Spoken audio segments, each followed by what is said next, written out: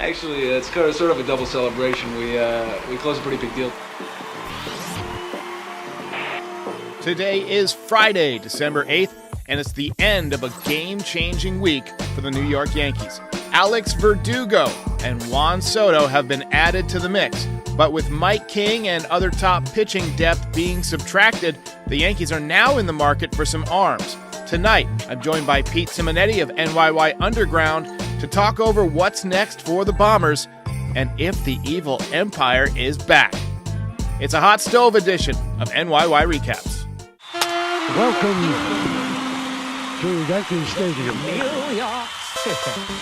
Just when they thought I was out, they pull me back in. All right. Welcome back, everybody. A lot of stuff to talk about tonight, but first, I gotta introduce, as he would say, my guy, my friend and fellow content creator, Pete Simonetti. Derek, man. Derek, everybody here at NYY Recaps. I could run through a damn wall right now, let me tell you. I feel like Matt Foley. I left my friend's name up there. I was supposed to be your name, but whatever. That's all right. Who cares? We're all on no sleep right now. We're all on no sleep, and I absolutely am fried from this week. What about you? Man, you and me both. I told Derek before I got on, I said, man, I haven't slept in I don't even know how long, but how the hell I have energy, I got no idea, but I do. I'm so amped. People in my orbit have been saying that they've noticed a discernible improvement in my disposition over the last few days, and judging by the shit-eating grin on your face lately, it seems like you're feeling the same way. Bro, I feel so good, man. You know how bad it was? Getting Soto, getting Verdugo, getting Grisham, the Yankees making deals. I tell you the craziest thing about it is, it's like it brought that kid out in us again. Like, whoa, look at this. The Yankees are making moves. We had such a miserable year. Let us enjoy this. Somebody told me the other day, but we haven't won nothing. I said, leave me alone. Leave me alone. We've won the winter so far. We won the winter meetings. That's right. That's the way to go about it. All we could win right now is what is in front of us, and we have done that. So tough week to be a Blue Jays fan, huh? They were absolutely all over me when I tweeted like a week ago that Soto was going to be a Yankee.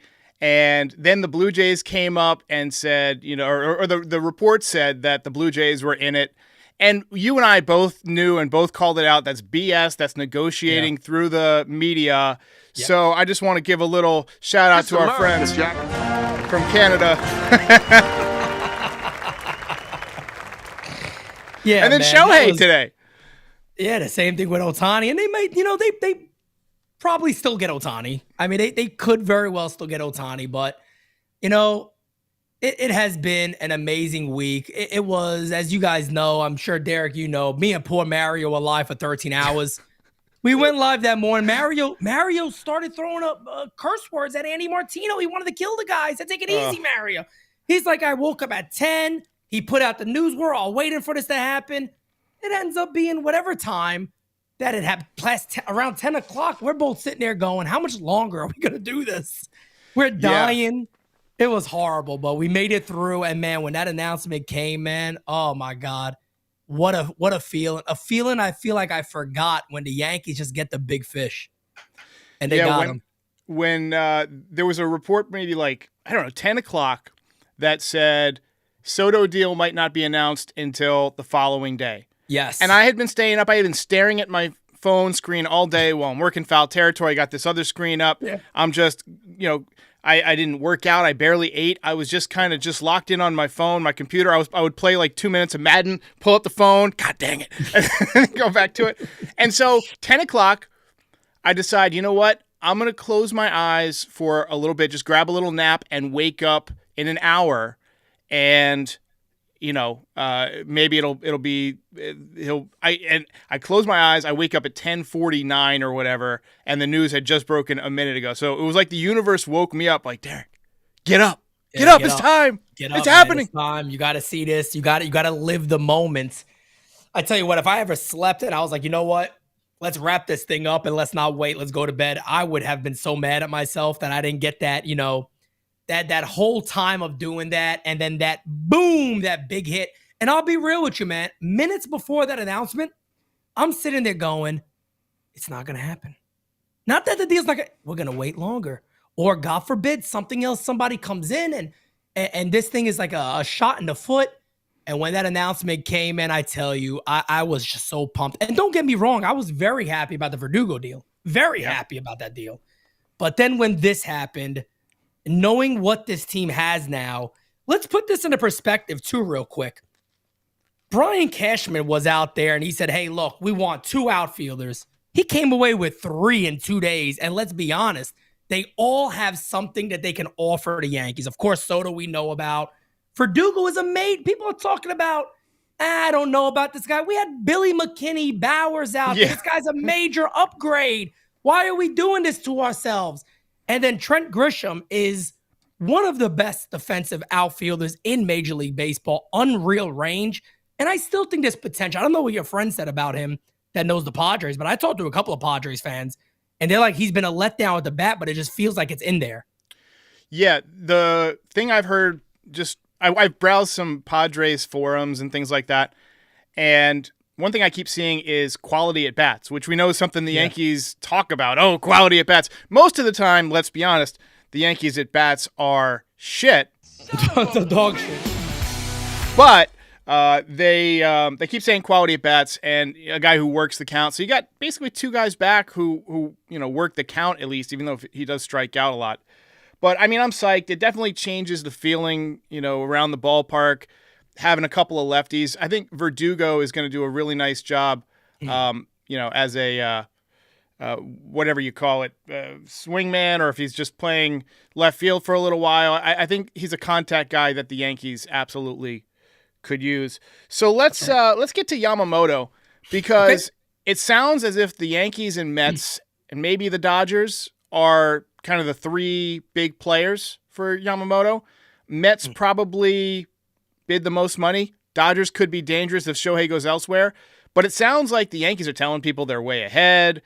Cashman was there for the no-hitter. They got 18 reserved. They're very, very confident. In your mind, let's say 1 to 10, how confident are you that the Yankees are getting Yamamoto? 10. Really? I'm not joking. 10. Yamamoto's a Yankee. And I've said this multiple days in a row. People could clip it. I allow you to make fun of me, laugh at me, whatever you want to do. I'm 100% okay with it.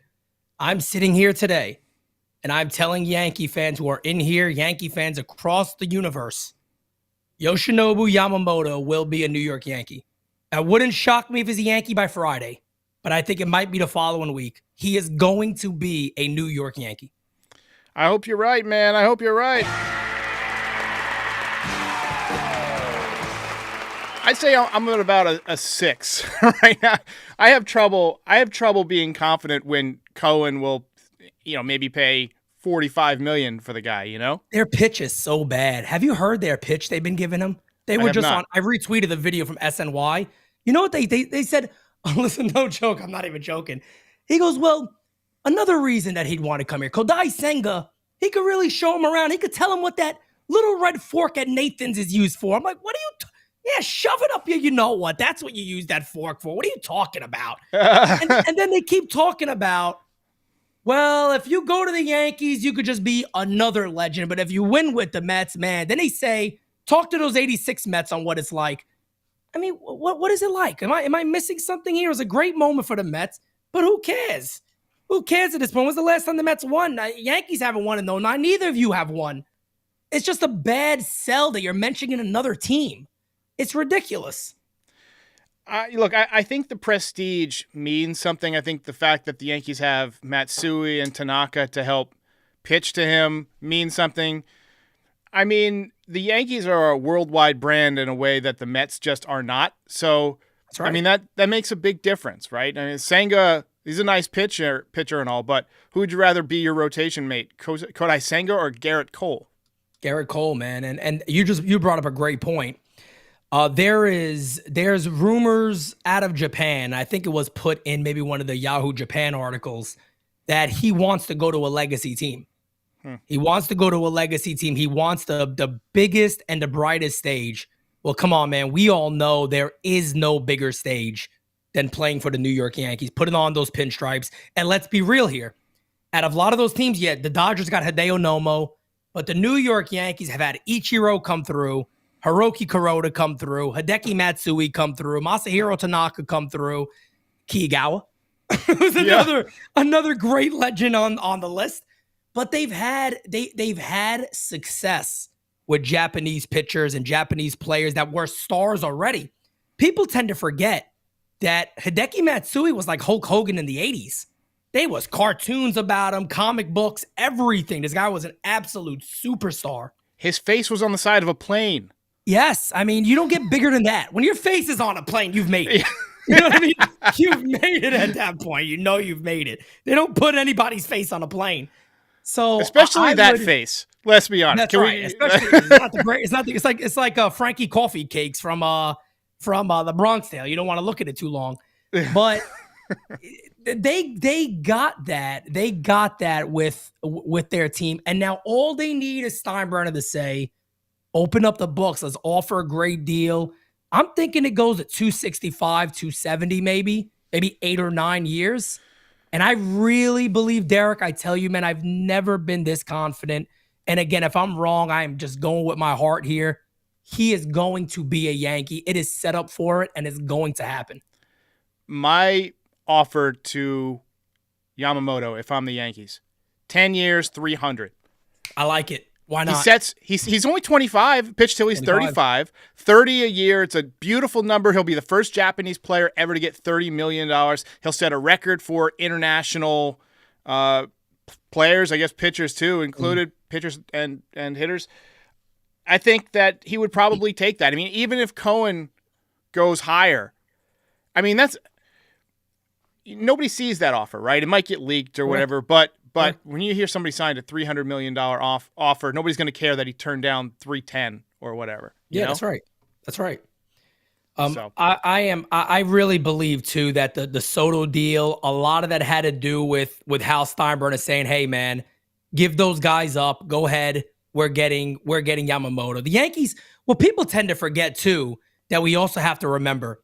Swami Minami is one of the biggest Japanese businessmen in the world.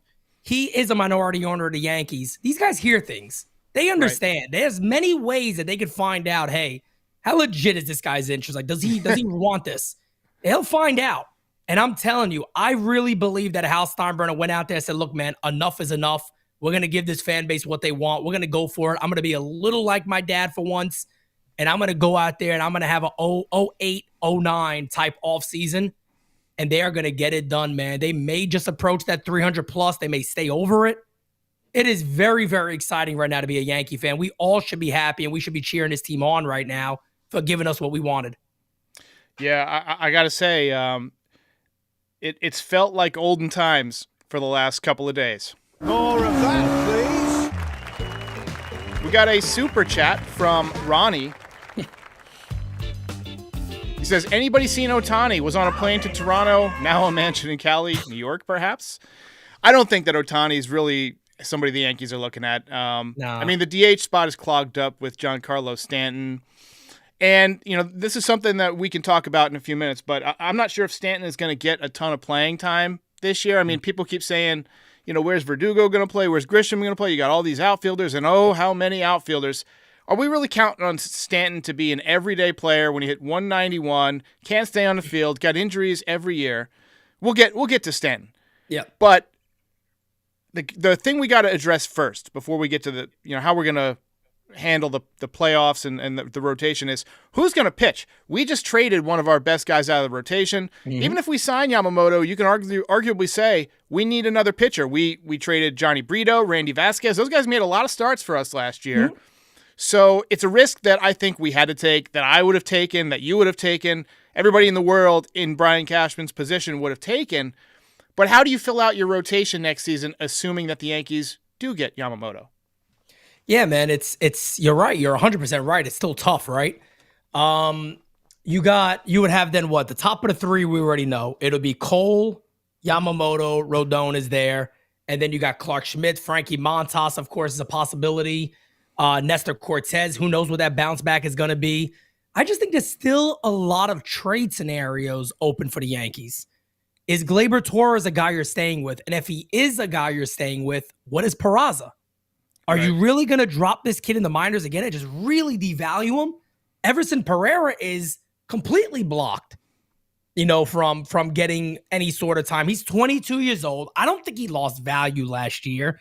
He was first time in the majors, struggled a ton. We understand that. But I don't know if anybody's looking at that going, this kid doesn't have a shot. He got great power, had very good numbers at AAA, kind of flew through the whole system to get to the major leagues last year. So I think there is many different opportunities out there for possible trades. It's just going to be interesting to see who the Yankees decide on keeping and who they decide to move. Yeah, so everyone likes to talk about opening day this, what's the opening day lineup going to look like? But really, the lineup changes throughout the season. Guys get hurt. We're almost positively not going to have the exact lineup that we expect on opening day at the end of the season. We know that Dominguez is coming back. That's going to shake things up. So I wanted to kind of show you my proposed lineup, kind of roster construction, bullpen, all that stuff for the playoffs, right? Okay. By the end of the season, we got to get here, in my opinion. And I'll just run through it real quick for the people who are listening on the podcast. Dominguez comes back midseason. I got him in center field. Soto, come playoff time, DH. We need the best defense possible in the outfield. We all remember Bubba Crosby colliding with Gary Sheffield. Can't have that happening yet. Judge in right field, Rizzo at first base, Torres second base, and then I got a platoon situation based on who's on the mound. Verdugo against righties, Stanton against lefties. Wells behind the dish, Peraza at third base, and Volpe at shortstop. I think Peraza, by the end of the year, will win third base. LeMahieu, to me, is not a guy who can play every day anymore, and to think that, you're just inviting injury. So I got him on the bench as my pinch hit guy. It's late in the game. You got a lefty, and Wells is on, you're coming up to the plate or whatever. You pinch hit LeMahieu, and then you put in Trevino. And then you got Grisham as a defensive replacement in the outfield. Let's say, you pinch hit Stanton for Verdugo. You can put Grisham out there to play left field. Rotation, I'm going out and I'm getting Corbin Burnes in addition to Yamamoto. You notice Everson Pereira is not on my roster. He's somebody that I think the Brewers would like. I would not be opposed to packaging a top prospect like Spencer Jones now that we got Soto, or somebody like even Roderick Arias. You include him, number one international guy a few years ago. I think there's a trade to be made there without giving up anything on your major league roster for Corbin Burnes. Cortez, my number 4 guy, and Rodon sliding back to number 5. I want him to show me something this year. Another guy I don't have in my rotation is Luis Gil, but he's somebody that I think could either slide into the bullpen. I don't have him in my bullpen. I got Jordan Hicks, but Gil is another guy who could either be a trade possibility or a somebody that you could rely on for depth. My bullpen is Holmes at the back end, Efros, Jordan Hicks, Tommy Kahnle, Ian Hamilton, re-signing Wandy Peralta, and Jonathan Loaizaga. So give me your thoughts on that lineup. I like it. I mean, I think the greatest thing in the world of looking at this lineup, I immediately pinned to the top 3 in the lineup, right? Dominguez, Soto, and Judge is a dream come true. And we have that. I mean, that is going to be the scenario, best case scenario. Everything goes right. You never know with the Yankees. The rotation I love, I would be head over heels to get Corbin Burnes. I might switch a little something up, and I'm going to tell you what that is any minute. I really like Jordan Hicks. I think that's a real possibility for the Yankees to potentially go out there and bring him in. You mentioned Luis Gil. He's a guy that he's developed now a circle change. He throws a cutter also now. He's topping out again in the high 90s. I just think the Yankees are going to stretch him out, let him try to start. I would love to see them tell this guy, hey, man, air it out for an inning. Let's see what you got. And I think he could just be absolutely electric. No doubt about it. A move I would like to make, because I don't know, as much as I would like Burnes, I don't know if the Yankees would do it. If it was on the table, I'd do it 110%. No doubt about it. I'd go all for that.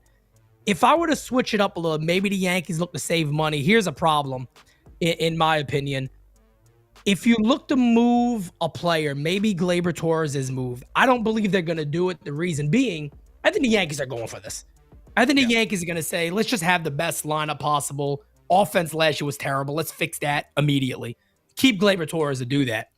But maybe the Marlins. Look, if the Marlins are interested and they're saying they'll deal some of their young starters, what about like a Nardi and an Edward Cabrera type deal, lefty relief pitcher, along with Cabrera, cost control for years to come, keeps your payroll down a little bit if you want to be a little conservative, and you trade maybe Gleyber and another guy. You mentioned, a couple of players out there that can still be moved. I like that. And then a major trade I would make. So if I had a dream trade besides for Corbin Burns, a dream trade I would have comes from Milwaukee also. Can we do a Peraza plus for Devin Williams? I would be all over that. We need a closer, Derek. I'm telling you, I don't trust Clay Holmes. I like him, but I like him so much better in putting out a fire type role whenever you really need him. Even if it's just, hey, the 8th inning guy, I like him there more. Devin Williams is elite. And if they are looking to trade guys, I'd go all for it. Even Emmanuel Clase, I'd be interested in to get somebody who's been a starter, been there, done that, a closer, excuse me. I'd be all for either one of those guys, but Devin Williams is about as elite as they come. Those are some numbers. As everyone knows, red means good, and he's pretty much red across the board. 8-3 record out of the pen, 61 games, 36 saves, 87 strikeouts in 58 2/3 innings. Yeah, he is pretty damn good. I like it. High five. All right, Pete, are you ready to dance it off with me with the? Yeah, let's do it. Come on. I love dancing.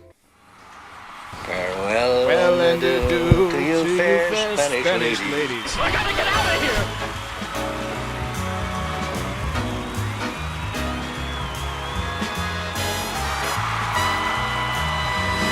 You gotta go. This is the Soto dance. Game over, man. Game over. Guys, we're going to do a real quick promo here before we leave, before I let Pete get out of here. We got some new merch in the shop for Juan Soto, so I'm going to share that on the screen with you. All sorts of fun gear here. I call this the Soto Shuffle. Let's take a look here. Soto Shuffle.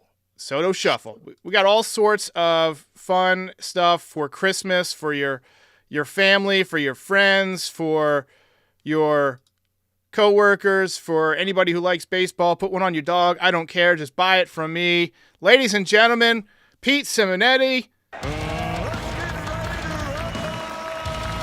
Hey! All right, we'll see you next time.